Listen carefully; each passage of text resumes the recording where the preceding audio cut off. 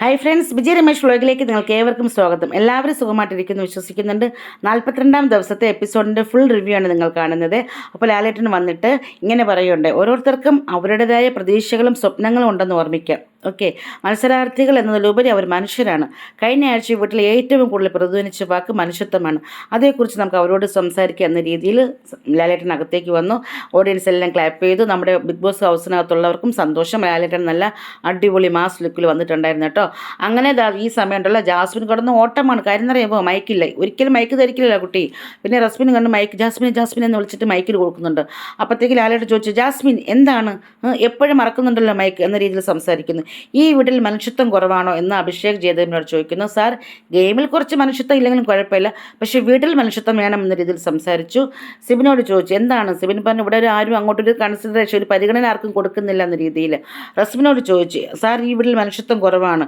ജാസിമിൻ്റെ വിഷമാവസ്ഥ പല ആൾക്കാരും മുതലെടുത്തിട്ടുണ്ടെന്ന രീതിയിൽ. നിങ്ങൾ ആരോടോ പറഞ്ഞല്ലോ 2 ദിവസം. ഞാൻ ജിൻഡോ കാക്കയോട് പറഞ്ഞു എന്ന രീതിയിൽ. അപ്പോൾ ആ വിഷയം ജിൻഡോയോട് സംസാരിക്കുന്നു. അപ്പോൾ ജിൻഡോ പറഞ്ഞു, ജിൻഡോ എന്താണ് കാര്യം. അപ്പോൾ ജിൻഡോ ആ കാര്യങ്ങൾ സംസാരിക്കണ്ട കേട്ടോ.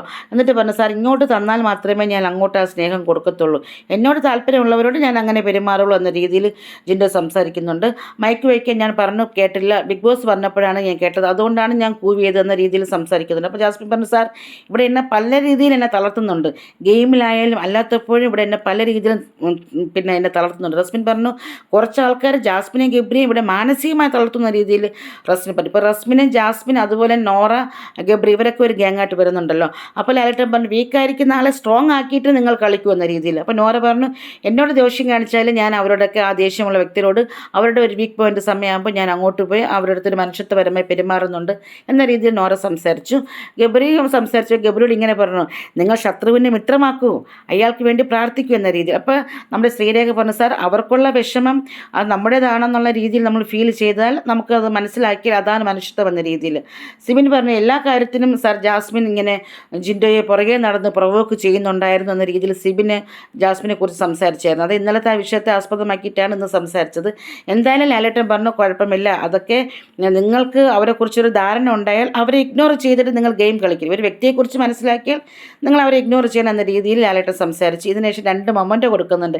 എന്തിനാണെന്നറിയാമോ, നിങ്ങൾ ചെയ്ത അവയവദാനം എന്ന സ്കിറ്റ് ഉണ്ടല്ലോ, അത് നന്നായിട്ടുണ്ട്, ഒരു മനുഷ്യത്വപരമായ കാര്യമാണ്. ഞാൻ എൻ്റെ അവയവം ദാനം ചെയ്തതാണ്. ഇന്ത്യൻ മെഡിക്കൽ അസോസിയേഷന് എനിക്ക് അവാർഡ് കിട്ടിയിട്ടുണ്ട്. അതായത് ഏറ്റവും കൂടുതൽ ദാനം ഞാൻ കണ്ണ് ദാനം ചെയ്യിപ്പിച്ച വ്യക്തി എന്ന രീതിയിൽ.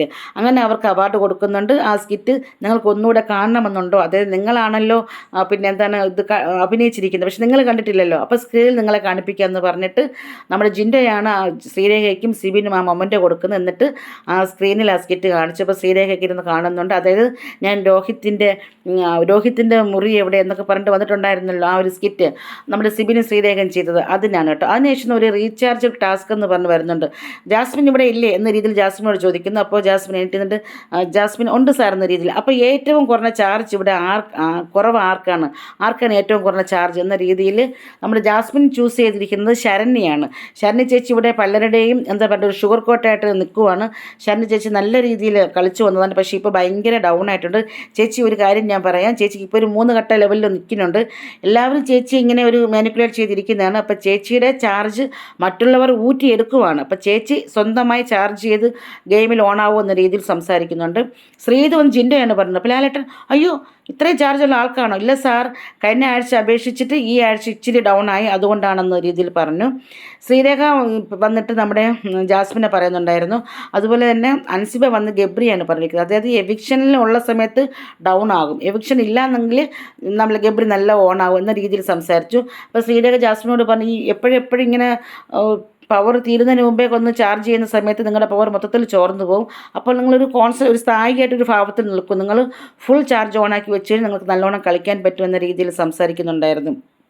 അങ്ങനെ ഓരോരുത്തർ ഹൗസിലുള്ള എല്ലാ ആൾക്കാരും വന്നിട്ട് പറഞ്ഞു. നോറ റസ്മിനെയാണ് പറഞ്ഞത് കേട്ടോ, ഇത് ഇൻഡിവിജ്വൽ ഗെയിമാണ്, ഇവളിപ്പം മറ്റുള്ളവരുടെ കാര്യം ഇങ്ങനെ തലയിൽ കയറ്റി വെക്കുകയാണ് എന്ന രീതിയിൽ സംസാരിച്ചിട്ടുണ്ടായിരുന്നു. സായി വന്ന് ഋഷിയാണ് പറഞ്ഞത്. അതായത് ഋഷിക്ക് നല്ല ചാർജ് ഇപ്പോൾ ഡൗൺ ആണ്, അപ്പോൾ അവൻ ഗെയിമിലൊന്ന് കോൺസെൻട്രേറ്റ് ചെയ്താൽ അവൻ ഫുൾ ചാർജ് ആകും എന്ന രീതിയിൽ സംസാരിക്കുന്നു. അപ്പോൾ പിന്നെ നമ്മുടെ അഭിഷേക് ശ്രീകുമാർ അൻസിബയാണ് പറഞ്ഞത്. റസ്മിൻ സിബിനെയാണ് പറഞ്ഞത് കേട്ടോ. റസ്മിൻ സിബിനെ കുറിച്ച് പറഞ്ഞതെന്ന് വെച്ചാൽ പല രീതിയിൽ ആളുകളെ ഇവിടെ മാനിക്കുലേറ്റ് ചെയ്യുന്നുണ്ട് എന്ന രീതിയിൽ. രീതിയിൽ ഗബ്രി ശ്രീരേഖ പറയുന്നു. അങ്ങനെ ഓരോരുത്തരായിട്ട് പറഞ്ഞിട്ട് ആ ലെവലിൽ തീർന്നു. പക്ഷെ നമ്മുടെ പിന്നെ ഋഷി ഉണ്ടല്ലോ, ഏജയാണ്, അത് അഭിഷേക് ജയദേവനാണ് പറഞ്ഞത്. എന്തെന്നറിയാവോ സാർ, ഇവനാണെങ്കിൽ ഈ പിഞ്ഞ കേസിനാണ് ഇവിടെ അടി കൂടുന്നത്. അത് നന്ദനയായിട്ട് എപ്പോഴും അടി കൂടുമല്ലോ. അപ്പോൾ അതുകൊണ്ട് ഇവന് ഇത്തിരി ചാർജ് കുറവാണ്, വന്നപ്പോൾ ഞാൻ കുറിച്ച് നല്ല പവർ ആയിരിക്കും എന്ന രീതിയിൽ സംസാരിച്ചു. അതിനുശേഷം നമ്മുടെ ഡെമോക്രസി, ജനാധിപത്യം എന്താണെന്ന രീതിയിൽ, ക്യാപ്റ്റൻസി എങ്ങനെ ഉണ്ടായിരുന്നു, എൻ്റെ കഴിവിൻ്റെ പരമാവധി ഞാൻ ചെയ്തിട്ടുണ്ടെന്ന് പറഞ്ഞ് ജിൻഡോ പറഞ്ഞിട്ടുണ്ടായിരുന്നു. ഓരോരുത്തരായിട്ട് സംസാരിച്ചു. ജാസ്മിനും റസ്മിനൊക്കെ അൾട്ര ഫ്ലോപ്പായിരുന്ന രീതിയിലാണ് പറഞ്ഞത്. ഒരു റെസ്പോൺസിബിലിറ്റി ഇല്ലായിരുന്നു. പിന്നെ പവർ ടീമിൻ്റെ ക്യാപ്റ്റൻ ആയിരുന്നു ജിൻഡോ. അപ്പോൾ ഓൾമോസ്റ്റ് എല്ലാവരും അങ്ങനെയാണ് പറഞ്ഞിരിക്കുന്നത്. പവർ ടീമിൽ ഒരു വ്യക്തി, പ്രത്യേകിച്ച് സിബിനാണ് അവർ മെൻഷൻ ചെയ്യുന്നത്. സിബിൻ പറയുന്ന ഒരു പാവ, കീ കൊടുക്കുന്ന ഒരു പാവ എന്ന രീതിയിലാണ് സംസാരിക്കുന്നത്. അപ്പോൾ ജിൻഡോ ആണെങ്കിൽ ഡെൻ റൂം ലോക്ക് ചെയ്ത സംഭവങ്ങളൊക്കെ ഉണ്ടല്ലോ, അതൊക്കെ സംസാരിക്കുന്നുണ്ട്. അപ്പോൾ ജാസ്മിൻ പറഞ്ഞു ജിൻഡോ ആണെങ്കിൽ സിബിൻ്റെ അണ്ടറിലായിരുന്നു, പുറത്തുനിന്ന് ഒരാളിങ്ങനെ ഒരു സിബിട്ട് വെച്ചിരിക്കുന്നു, അതിങ്ങനെ എപ്പോഴും ഓപ്പൺ ചെയ്യണം എന്ന രീതിയിലാണ് ജിൻഡോയുടെ പ്രവർത്തനം എന്ന രീതിയിൽ എല്ലാവരും നോറേനെ കാക്ക പുള്ളി ഇതൊക്കെ വിളിച്ച് ആ വിഷയം പറഞ്ഞിട്ട് വഴക്കുന്ന രീതിയിൽ. അങ്ങനെ എന്തായാലും ജാസ്മിൻ എന്തോ ഒരു നമ്മുടെ ജിൻഡോയ്ക്കൊരു ഗിഫ്റ്റ് കൊടുത്തിട്ടുണ്ട്. സ്റ്റോർ റൂമിലുണ്ടായിരുന്നു, പപ്പറ്റാണ്, അതായത് ഒരു കളിപ്പാവ, എല്ലാവരുടെയും കളിപ്പാവ എന്നാണല്ലോ പറഞ്ഞിരിക്കുന്നത്. അപ്പോൾ അങ്ങനെ ഒരു ഗിഫ്റ്റ് നമ്മുടെ ജാസ്മിൻ കൊണ്ട് ജിൻഡോയ്ക്ക് കൊടുത്തിട്ടുണ്ടായിരുന്നു. അതിനുശേഷം ജയിൽവാസത്തെക്കുറിച്ച് ചോദിക്കുന്നു, എങ്ങനെയുണ്ട് നോറ? അപ്പോൾ ചോദിക്കുന്നത് സാർ, അത് ക്യാപ്റ്റൻസി പവർ ടീം അവരൊക്കെ ആണെങ്കിൽ അവരോട് ഞാൻ എന്തോ പറഞ്ഞെന്ന രീതിയിലാണ് എനിക്കിങ്ങനെ വന്നിരിക്കുന്നത്. ഞാൻ അങ്ങനെ അവരോട് വലിയ രീതിയിലൊന്നും ചെയ്തിട്ടില്ല, ഒന്നും പറഞ്ഞിട്ടില്ല സാറെന്ന് പറഞ്ഞു. അപ്പോൾ അപ്പോൾ ലാലേട്ടൻ പറഞ്ഞു, എന്നാൽ പിന്നെ ഇരിക്കൂ, ജാസ്മിൻ എണീക്കൂ. ജാസ്മിൻ എന്തെങ്കിലും പറഞ്ഞോ? പുറത്ത് ഭയങ്കര എഫക്റ്റ് ചെയ്തിട്ടുണ്ട്. ഗബ്രി അകത്ത് കയറി ഹഗ് ചെയ്തു, അങ്ങനെ ചെയ്യാവോ? എന്തിനാണ് ഭക്ഷണം കൊടുക്കാൻ പോയത്? ഇവിടെ ആരാ ഭക്ഷണത്തെ വേസ്റ്റ് ചെയ്തെന്ന രീതിയിൽ. അപ്പോൾ ലാലേട്ടൻ അത് നമ്മുടെ അപ്സര വന്ന ആ കാര്യത്തെക്കുറിച്ച് എക്സ്പ്ലെയിൻ ചെയ്യുന്നുണ്ട്. എന്താ നിങ്ങളിവിടെ ചെരിപ്പിടാൻ നടക്കുന്നുണ്ട്? ആരൊക്കെയാണ് സാർ? ഞാൻ മാത്രമില്ല സാർ, നോറയുണ്ട്, ഗബ്രിണ്ട, അതൊക്കെ ഞങ്ങൾ ഇപ്പോൾ അറിയുന്നുണ്ട്, ഇപ്പോഴല്ലേ അറിയുന്നത്.